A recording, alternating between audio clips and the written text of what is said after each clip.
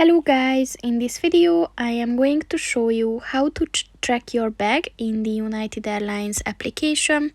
But first I just want to mention, don't forget to subscribe to my channel, because at 10,000 subscribers I am going to show you my whole YouTube revenue statistics and growth strategy, as well as how to make money online.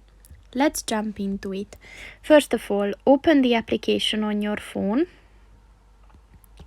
And then click on the More button at the bottom of the page on the right. And then scroll down and at the Tools and Services section, click on the Track My Bags button. And as you can see, you can do that by two ways. So you can select a reservation or you can search by bag tag. So you need to provide your bag tag number, which is attached to your bag, of course, and your last name, and just click on the continue button to track it.